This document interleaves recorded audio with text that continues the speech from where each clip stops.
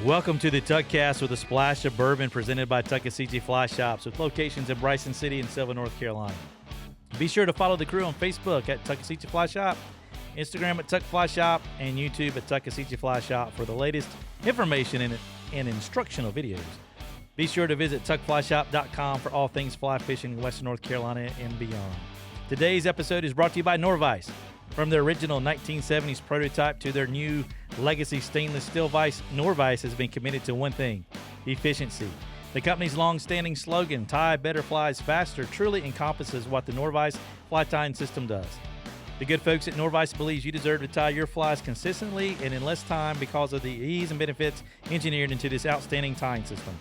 For more information, visit www.norvise.com and check them out on YouTube to see how you can maximize your tying time by relying on the functions and benefits of the tested and true Norvise.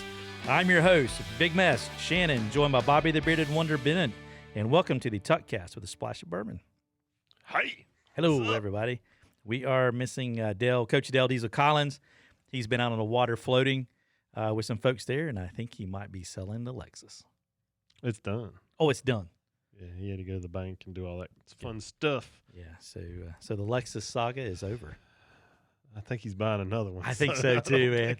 He was working that pretty hard yesterday and really quizzing me about pre-owned versus new. Yeah, I'm like, they ain't budging off no price. It ain't happening. Not right now. It seems like cars are selling. So yeah.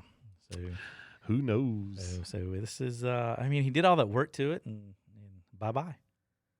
Bye bye. Bye bye bye. So see ya. But anyway, it is the week of Demo Days at Tuckasegee Fly Shop coming up this weekend. So we definitely want to hit on that here today, October 17th at 10 a.m. to 4 p.m. Tim O'Neill, Braden Miller will be set up here in the shop, and we will be doing Norvise Demo Days. And this is a great time for you to test drive a vise, if we can throw car sales in there, but test spin a vise. Watch how it's, the system works. And I think that's the most confusing part with that, Bobby. Yeah. I think that's what everybody says is it looks complicated. People that never tie always say fly tying looks complicated. And it is in some aspects, but once you do it, it's not bad. And, a system like that just makes it that much easier. It's just getting to touch it and see how it works. And first time somebody saw a radio, they were probably like, what the heck is this, right? So, absolutely. Bunch of buttons. Yeah, I know when I was looking at making the purchase to a different vise, and I seen that and was watching, the late Norm Norlander do those videos, and you're trying to make a decision, is that for me or is it not for me? And, you go out on a limb in some cases. Yeah. It's like, I'll give it a shot. And it came, I was excited, got it put together and load the the bobbin spools and get thread in there and try to spin, and whammo, I failed. And it's, I say, a little frustration level kind of kicked in a little bit. Did I make the right purchase or wrong purchase? And it's one of those things that, let me slow down. Let me try not to go too fast. Let's not go, race speed quite yet. Let's just kind of get our feet underneath us and get to walking a little bit and see what it turns into. It clicked. It took a little bit, but it clicked, and now I'm totally lost if I'm not on the thing. Yeah. And this is where a demo day really helps eliminate some of that. Yeah, you get to see it in action, how it works. I think you get to see it's possible. Like, okay, yes. I see how it works. I see people doing it. I get to spin it, play with it, maybe tie a fly on it. Who knows? And feel better about it. So justify that purchase. Yeah. Because it is, and it is an investment, but it's also a system. Yeah. No other vice out there. There's a lot of great vices.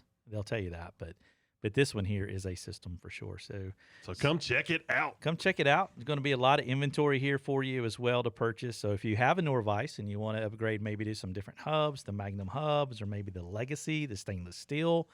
Those have just about everything, right? Be a lot of stuff here for purchase, and so it's a great time to come by, meet Tim and Braden, watch Braden spin out some of those interesting streamers that he ties. I know he'll be doing that. So, yeah, it should be so fun. Looking forward to that. So 10 to 4, and the fishing's going to be good. fishing. Weather's going to be, looks pretty nice. I think there's a chance of some rain on Friday, maybe, but it's like 50% chance, which is like 0 here. Yeah. So, I mean, come check it out. Go fishing, hang out. Weather should be nice. Colors are popping. Yeah. So it may be somewhat peak depending on the elevation you're at. So, yeah. Agree with that. Maybe it peaking a little bit earlier this year, too. I think it is a smidge earlier. I'd say it's probably about 7 days, 8 days earlier, it seems like. Yes, agreed. So, and it's supposed to cool off toward the end of the week again. 30s. Yeah, some 30s in the nighttime, 50s in the daytime. Of course, we're some days out. That could change either way, but fall is here. So fall is here. I think it's here and here to stay. So if you're coming to visit, fall is here. As far as the fishing, it's a little bit of everything. It's a little bit of everything. It is. We call this the fishing report. It's a little bit of everything. Yeah. It's all fishing. It's all fishing well. It's all fishing. The Tuckasegee, folks have to understand. We got a lot of rain. Yeah, I've gotten a lot of phone calls, and it seems like everybody always focuses on the Tuck, and they're like, "Oh, is the Tuck? The rivers are blown out, aren't they?"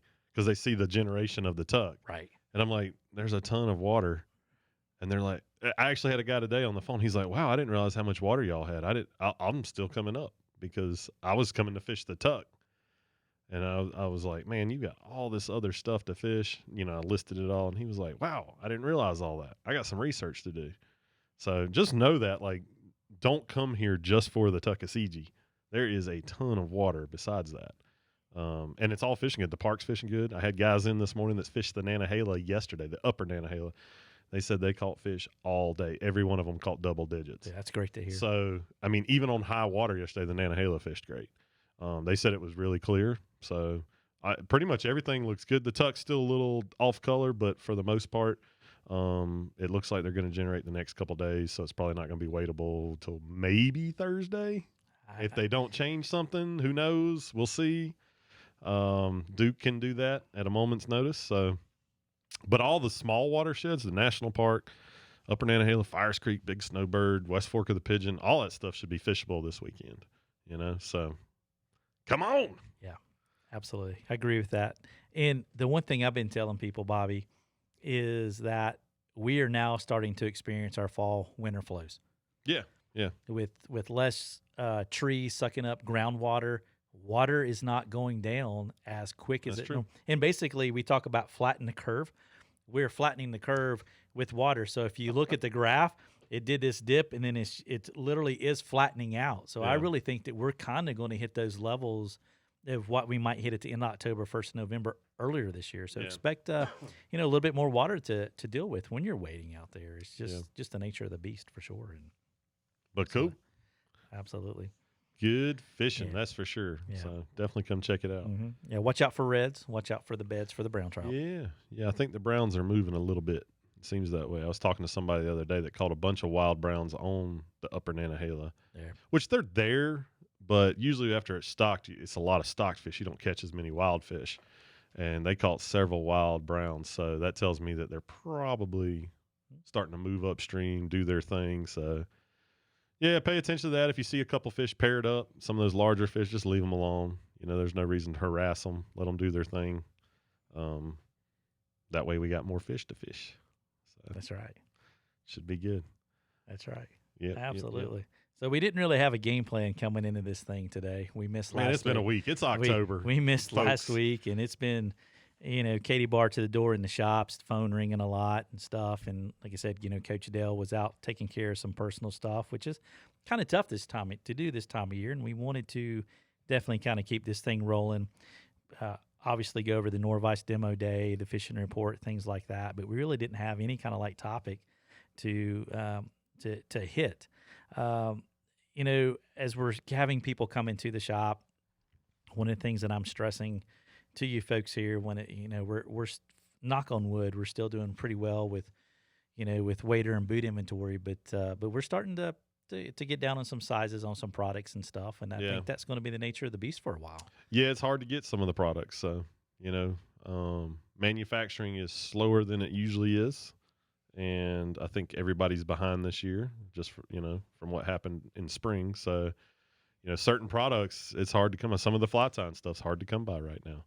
Some of the waders and boots, there is no stock. Like we can go online and actually look at stock levels, and when it says 0, I mean it's 0, and it's showing that they'll be back in stock in 3, 4, 5 months out. So some stuff is just, if it's not in stock and nobody has it within the country, if you don't have it right now, you may not be able to get it. Just know that, and just be patient with us and the manufacturers. Everybody's in a pickle right now.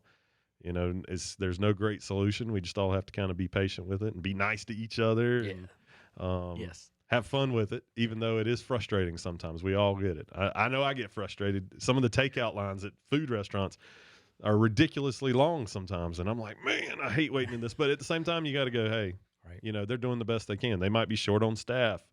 You never know. Somebody may have been exposed and said, hey, I'm going to quarantine for 14 days, which puts people short on staff. So, just be patient with us, be patient with the manufacturers, be patient with everybody. Yeah. Everybody's just trying to get through. It's fun. Yeah. That's what this sport's about. Is go have a good time with friends, family, and enjoy the time that you have on the water and in the outdoors. Yeah. Amen. Absolutely. So when I tell you that if we got it, you want it, you might want to buy it. It's just want you to know. Yeah. No, it's good to let everybody know that, it's one of those things. And I actually had a guy come in the shop today. He was looking for a certain hook, and we didn't have it. And I knew we didn't have it over here too, because obviously you kind of got the mental inventory of what we've got. And he's like, man, I've been to like 8 fly shops and can't find this. And I was like, yeah, that's kind of how it is right now, man. I was like, there's certain things that they just don't have. We've experienced that with split shot. Yes. It's hard to find some split shot right now. So, there's just certain things that for whatever reason, I assume it comes from China in some way, and that may be what it is. It may not. That's for somebody else to debate. All I know is I can't get it. So that's right. We can't get it. We can't get it. Yeah. Nothing we can do about that for sure. Absolutely. So last weekend, I saw some photos of you guys went riding on the Blue Ridge Parkway. Yeah, it was a little rainy, a little misty, but it was still pretty. Yeah. There were some times where I couldn't see 20 feet in front of me. Oh, wow. As the fog was just set in that thick, that tropical storm or tropical system, what was it, Delta or whatever, that came up from the Gulf was on us. But it's still pretty. There was hardly anybody up there, which I assume that's from the weather. And then we dropped down into Waynesville, and that town was packed. People walking the streets. I mean, it was busy. So I think everybody just made it a shopping day more than a outdoorsy day. But yeah, it was very pretty, man. The rivers looked great. I actually drove by the West Fork probably right around lunchtime. Yeah. Man, it was perfect. Yeah. It was clear as a bell. And I mean, we'd probably already had an inch of rain or better by that time. And it still looked perfect. There was it really wasn't that busy. I think I saw like 4 cars, which I was blown away because it wasn't pouring rain. So I thought, man, it'll be packed. But I guess people stayed home. I sent some people that direction, whether they made it there or not. But Silva was pretty busy too. Foot traffic was a lot of foot traffic there. Did y'all stop by Barbers by chance? We did. We grabbed some apples. Yeah. We did, and some cider. Got some apple cider. Any pies? No, man, that line was long. Well, I can imagine. It goes pretty quick though. They've got it down to usually. If you go to Barbers, try to go on a weekday. It's all good though, folks. Oh, it's very good. But that line, actually, the last time we went, my wife stood in line, and she wanted apple donuts. Yes. She got all the way up there, and the guy in front of her bought the last. No. Oh. So she sat there and waited for 10 minutes in the line to get up there for them to run out. That's what would happen to me. Oh, man. Yeah, she said the guy was like, hey, I'm going to get some apple donuts. And they were like, oh, we only got a few. And he said, how many you got left? And whatever, it was 5 or whatever. And he was like, oh, I'll just take them all. Oh, no. That's like Christmas at the Cranks. I got the ham. Yeah. I got the last ham. Oh, my gosh. Yeah. I haven't been there yet this year. Yeah. Tanya made a stop.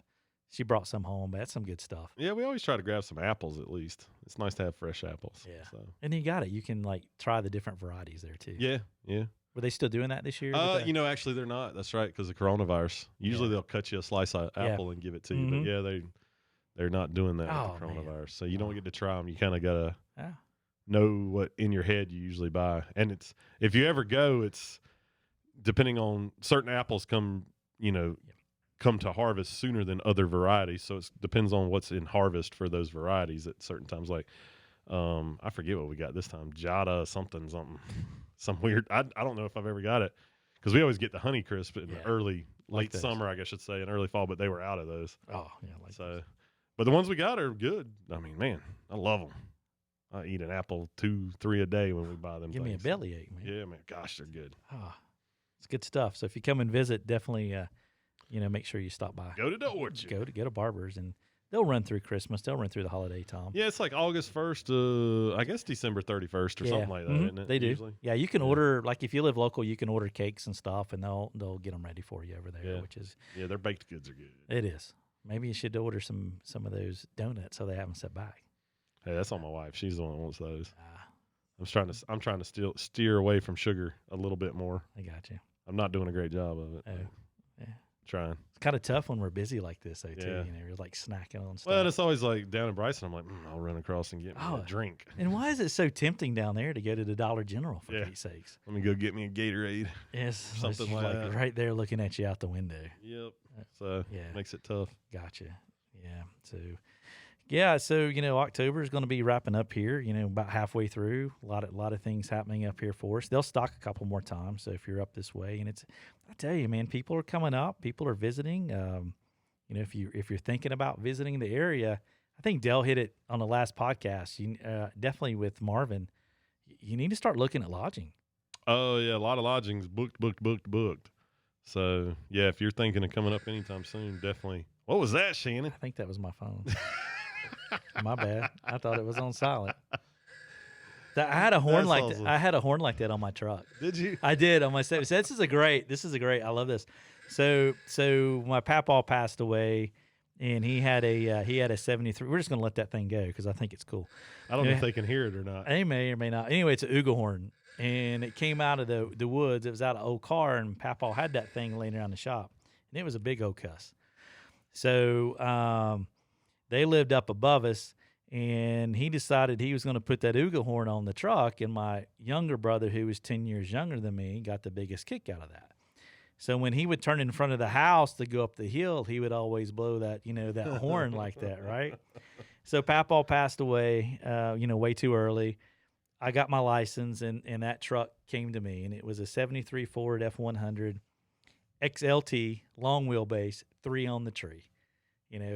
Two-tone blue, chrome at the bottom. Had a 302 in it originally. We put a 351 Cleveland in it out of a Mustang, but it had that Ooga Horn. And that thing was just one of those deals where, going up to the hill at Tuscola, man, that was pretty popular. Just blowing the old, you just like that. So I found that sound tone on there as a ringtone. I said, I'm gonna do that. And till that. What happened to that truck? Did you sell it? That truck. I wished I had it back. Oh, that's how I think everybody feels about possibly their first car. Wished I had it back. Yeah, it got crushed. Did it really? It did. Like wrecked, or you took it to the junkyard? No. It got picked up. You go in the military. It starts to set. So we actually pulled the motor out of it and put that in another vehicle there, and it just sat there. And I just said, hey, just come and get it. And I wished I had it back, but when I saw Hoovler's truck last year, similar, the colors are similar. Of course, that was a 250. Back in the day, and it was nice to kind of see that. It just had that smell. Oh yeah, you just had that smell. That bench seat, and I think we all put the same seat covers on them because the seats all. So we put the seat covers on it, right? Yep. And but I ended up, lo and behold, pulling that motor out. We built it. Dropped a different cam and stuff in it. And that thing was, it was a sleeper. Had the Edelbrock, aluminum manifold and stuff on it. 4-barrel carburetor. You can work on that thing, and got it dialed in. I had BF Goodrich TA radials, on it. Still had the regular hubcaps that came with, but you could grab all 3 gears in that truck. The old Blue Goose is what we called it, man. You could grab all 3 gears in it. It was definitely a sleeper, and I probably could have got a ticket or 2, but I got away with some stuff. Yeah. And, dual exhaust glass packs, with the chrome tips coming out the back, and just some good stuff, man, back in the day. Shannon had it. I did. Had to ride. I did. Man, I would like to have it back. And I also had a 78 F-150 four-wheel drive, short wheelbase. Yeah. That was red. 351 modified in that. Straight drive with the 4-speed manual, but it had, first gear granny low. And I'm talking a true granny creeper low. I like to have that one back too. So, yeah. Don't have them though, but I'd like to have it back. Yeah. What about you? What'd you have? My first car? What'd you have? It was an 82 Datsun pickup truck with a diesel engine. Oh, man, yeah. Yeah. Long bed. Yes. Fancy. Couldn't kill it. No, the engine, when I got rid of it, I traded that thing in for $1,000 on a new car. Did you? Well, not a new car, but a used new to me car. Right. Yeah, that thing, it didn't even have that many miles on it because I got that thing in 1996. It was an 82. Right. So, when I got done with it in 2000, I drove it for 4 years. It only had 182,000 miles on it. Yeah. So it still had tons of mileage on the engine, but it looked like hell. It was back when those little trucks, they only had a single wall bed. Yes. Oh boy. So like anything you tossed in the back, it put a dent in the bed, right. And you could see it from the exterior, and some of it had rusted through. Yeah. Gotcha. It primered in 2 or 3 different spots, and it looked like hell. But hey, you know what? I got it for free from my aunt and uncle. He bought it to pull his boat, and he basically pretty much gave it to me. And it worked just fine. Got me from A to B and back and forth to high school and all that. So was it a 4-cylinder or 6-cylinder diesel? It was 4-cylinder. Yeah. And he's pulling his boat. Mm-hmm. Yeah.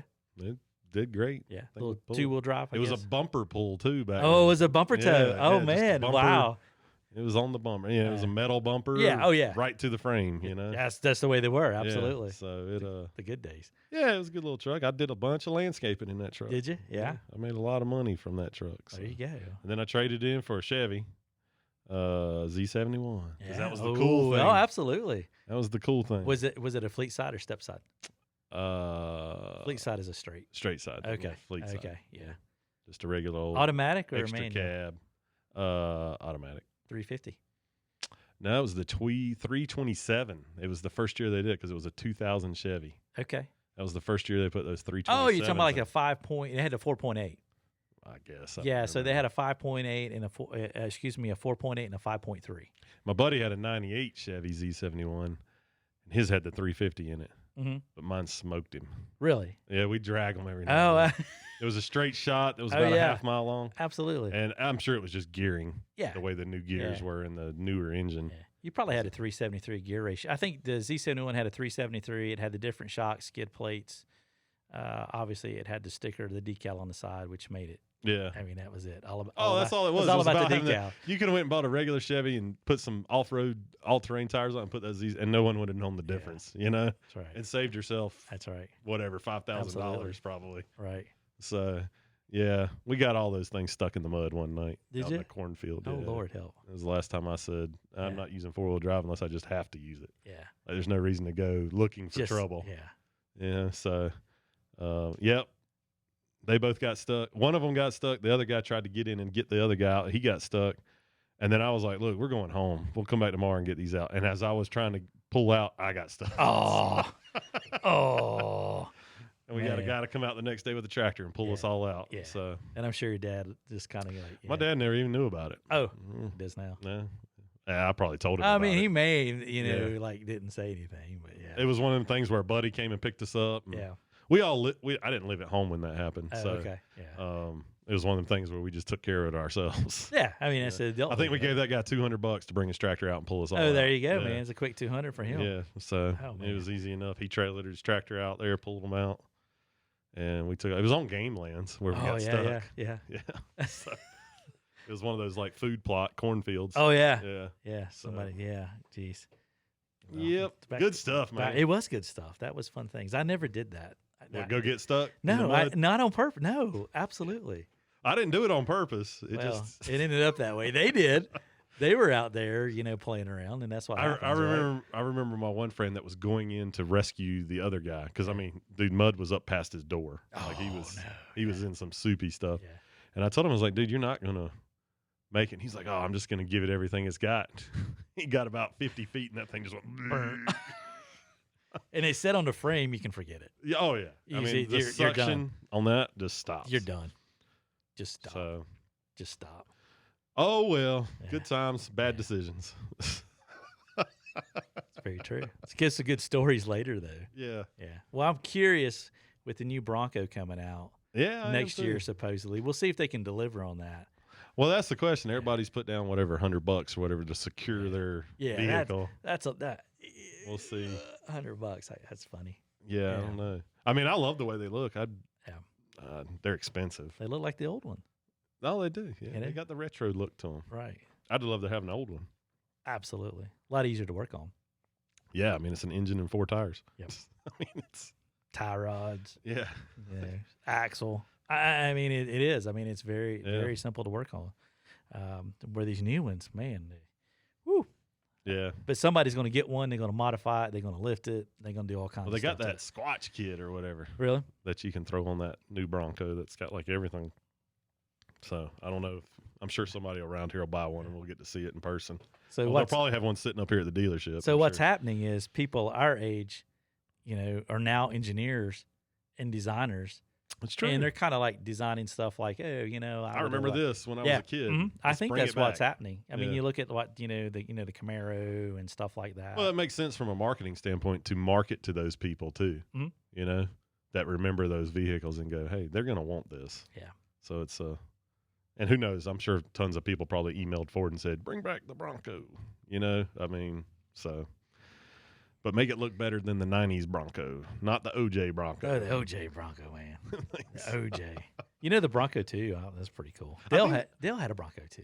Yeah, he did. Yeah. I think that was a part of like car manufacturing. That's part of the problem of it from like I'd say the 80s and maybe the 90s is it was almost like the trucks and the Broncos they looked the same other than the back. And I'm sure from a production standpoint and money that made a lot of sense. Yeah.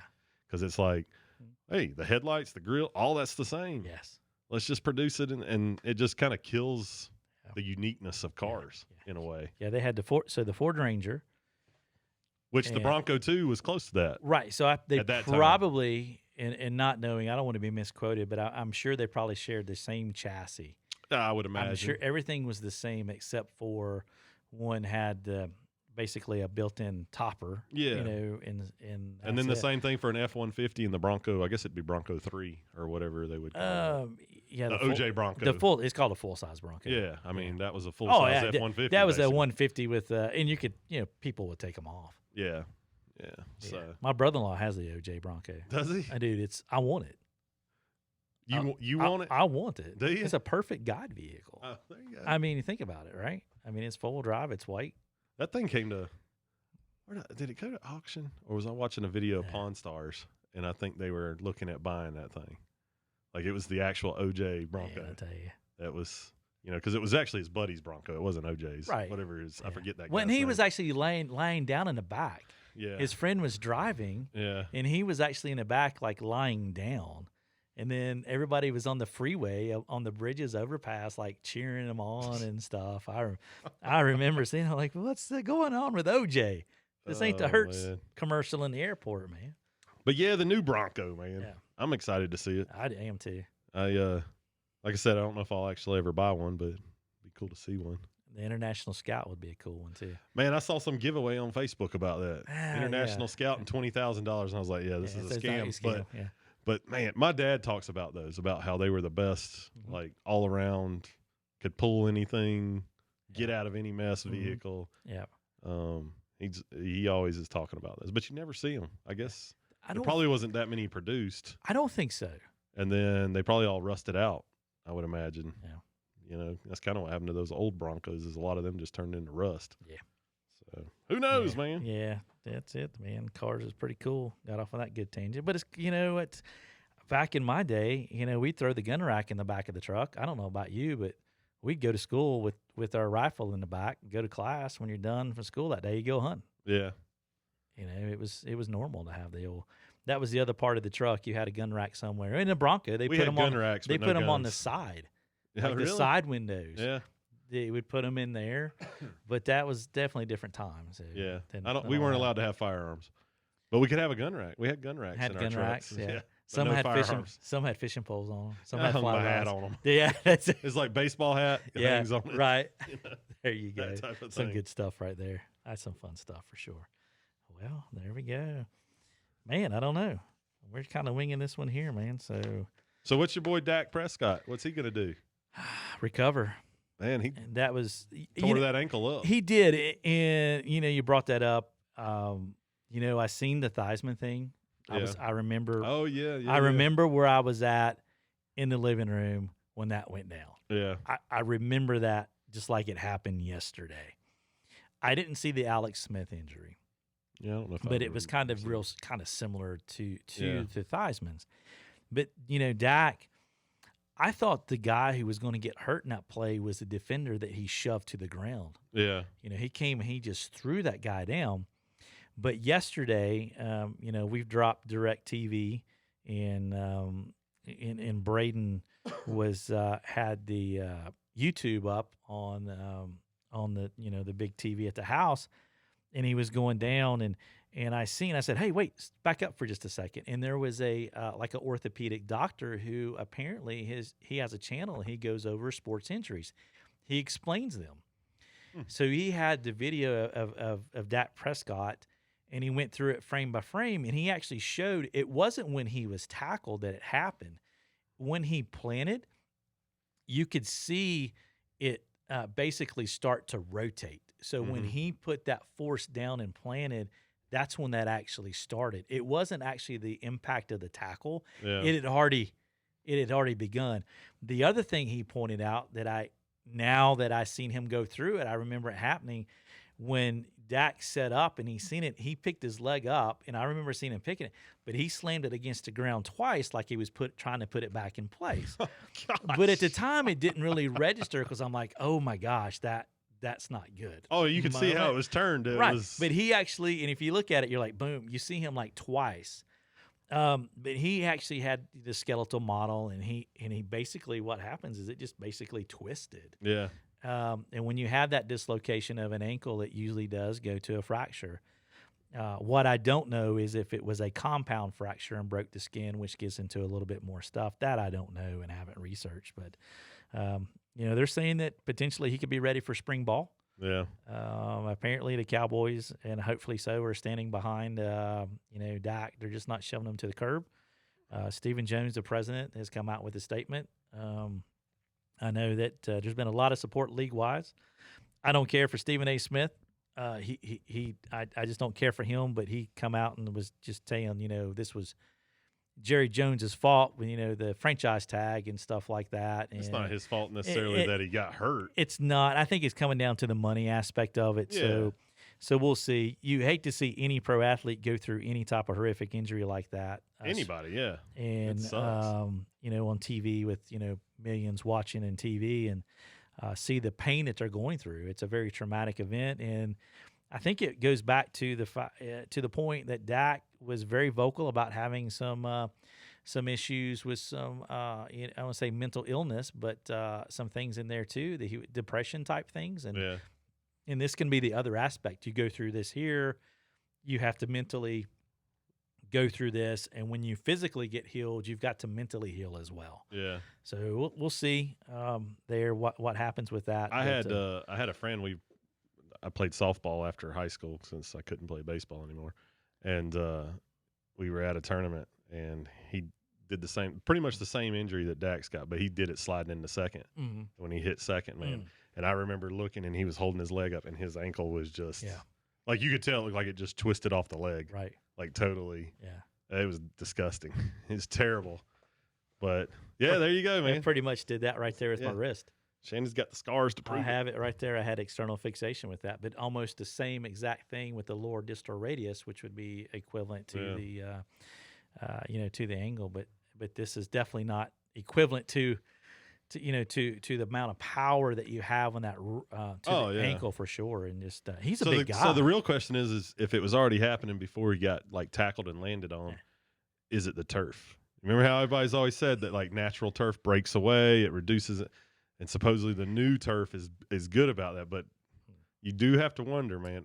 I mean, you remember old AstroTurf, how bad it was. Dude, it was like it was concrete with grass or carpet on it. Yeah. I mean, that's the way Western Carolina's football field was. How many people blew out knees and tore up ankles, even in baseball? Yes. You know, just stopping in the baseline. Dude, the hops were, it was, So it kind of makes you wonder, is that turf?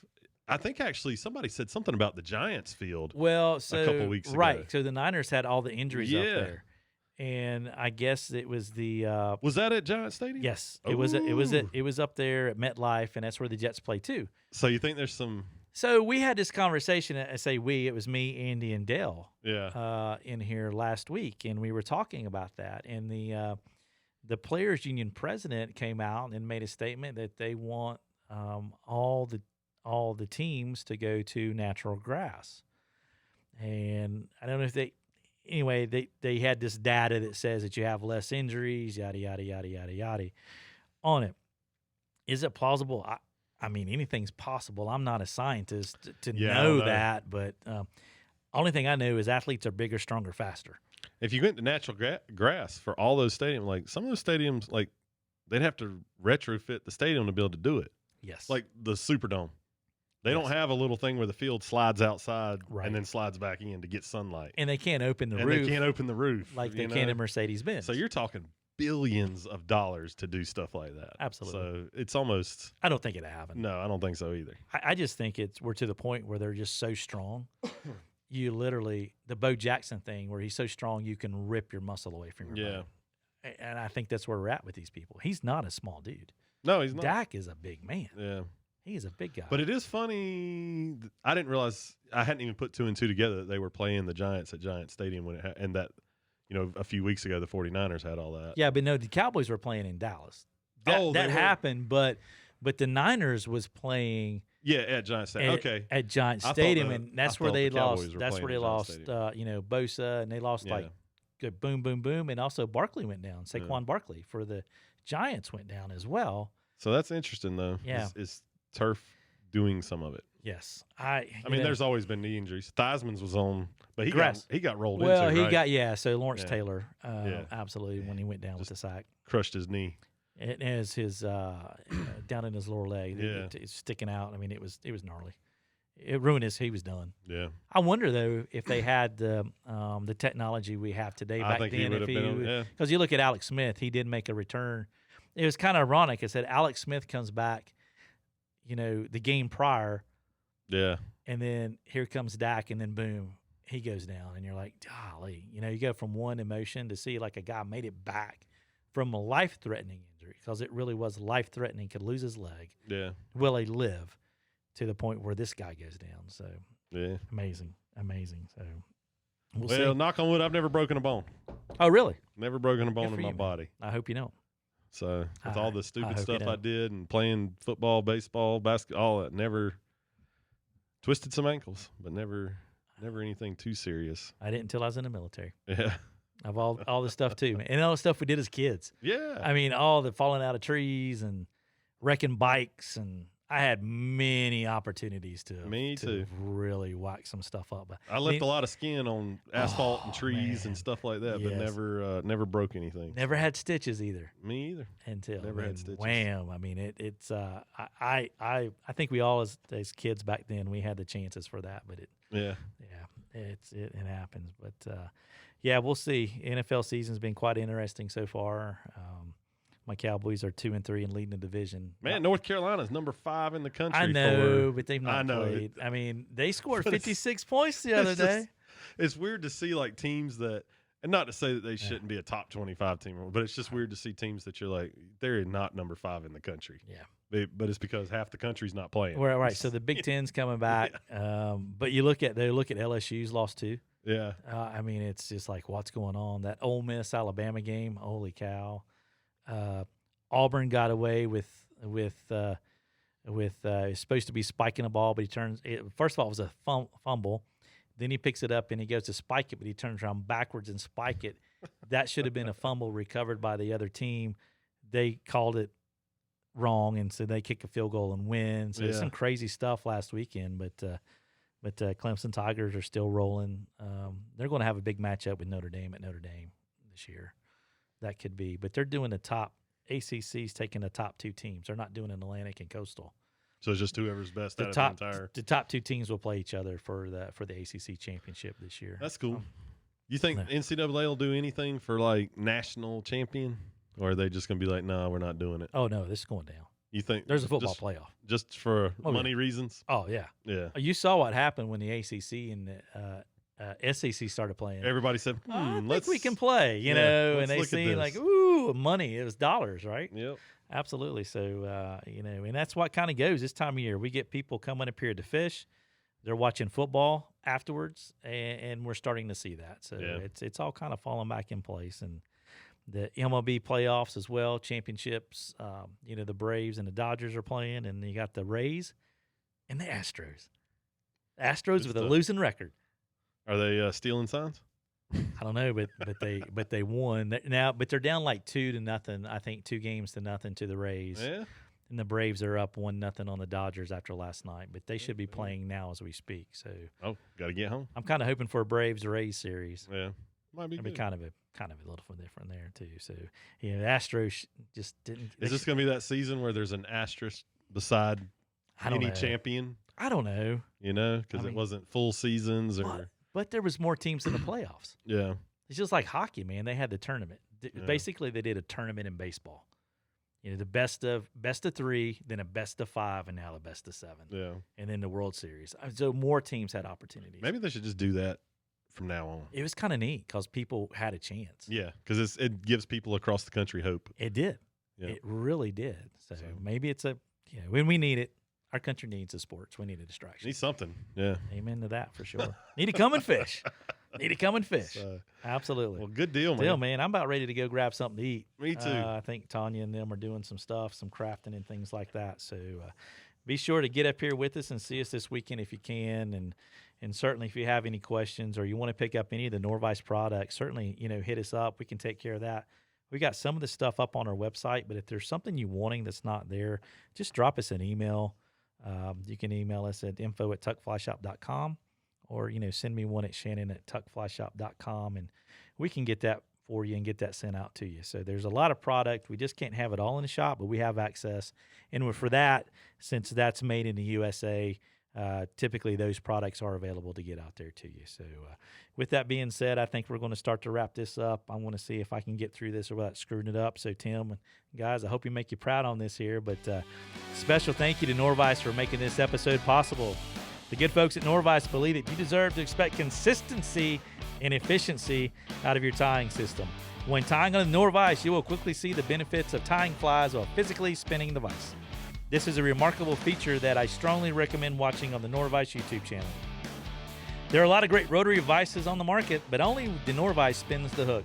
It's for this reason that it's been said that the Norvise is the most innovative fly tying system on the market. Never again do you have to wind the slack thread onto your bobbin spool. The Norvise Auto Bobbin does the work for you. For more information, visit www.norvise.com and check them out on YouTube to see how you can maximize your tying time by relying on the functions and benefits of the tested and true Norvise. For Bobby the Bearded Wonder, I'm Shannon Big Mess signing out until next time.